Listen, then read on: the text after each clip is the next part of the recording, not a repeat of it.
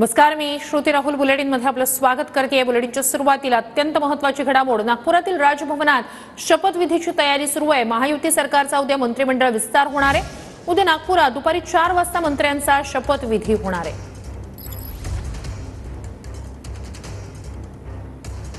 महायुती सरकारचा मंत्रिमंडळ विस्तार, नव्या मंत्र्यांचा उद्या शपथविधी।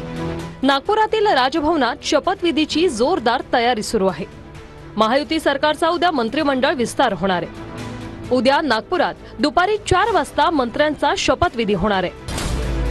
16 तारखेपासून म्हणजे सोमवारपासून नागपुरात हिवाळी अधिवेशन सुरू होईल। अधिवेशनाच्या पूर्वसंध्येला नव्या मंत्र्यांचा शपथविधी पार पडणार। उद्या किती मंत्री शपथ घेणार याची माहिती मंत्रिमंडळ विस्ताराच्या पत्रातून राज्यपालांना दिली जाणार अशी सूत्रांची माहिती आहे। महायुतीच्या मंत्र्यांच्या याद्या दिल्लीत पोहोचल्याची सूत्रांची माहिती आहे। फडणवीसांनीही तिन्ही पक्षांच्या मंत्र्यांची यादी पाठवली। मंत्र्यांच्या यादीवर शिक्कामोर्तब होणार असल्याची सूत्रांची माहिती आहे। देवेंद्रजींनी अधिवेशनापूर्वी विस्तार करू अशा प्रकारचं सूतोवाच केलं होतं आणि त्याच्यामुळे 16 तारखेपूर्वी त्या ठिकाणी होणं अपेक्षित आहे, होईल असं मला वाटतं। मुंबई में करने की हिम्मत नहीं है। नागपुर में अधिवेशन है।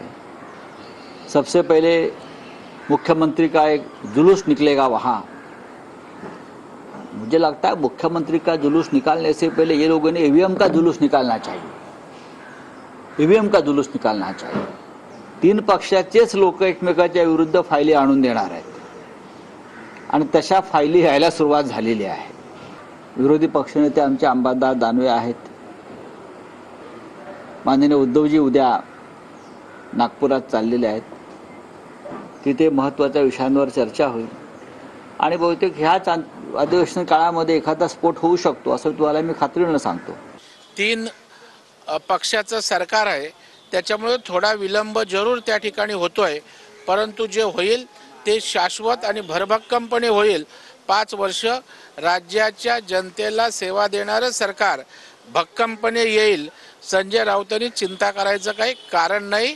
तुम्ही फक्त सकाळची बडबड सुरूच ठेवा। शासन जे 3 लोकांचं आज आहे महाराष्ट्रामध्ये ज्यांनी शपथविधी घेतलेली आहे ते फक्त मलाईच्या खात्यासाठी त्यांचं भांडण चाललेलं आहे।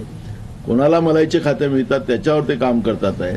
तुमच्या आशीर्वादानं सरकार आल्यानंतर आमच्या शेतकऱ्यांना पूर्ण कर्जमाफी करण्याचा निर्णय आपण घेतलेला आहे। हे शेतकऱ्यांचं सरकार आहे। शेतकऱ्यांच्या पाठीशी उभं राहणारं सरकार आहे।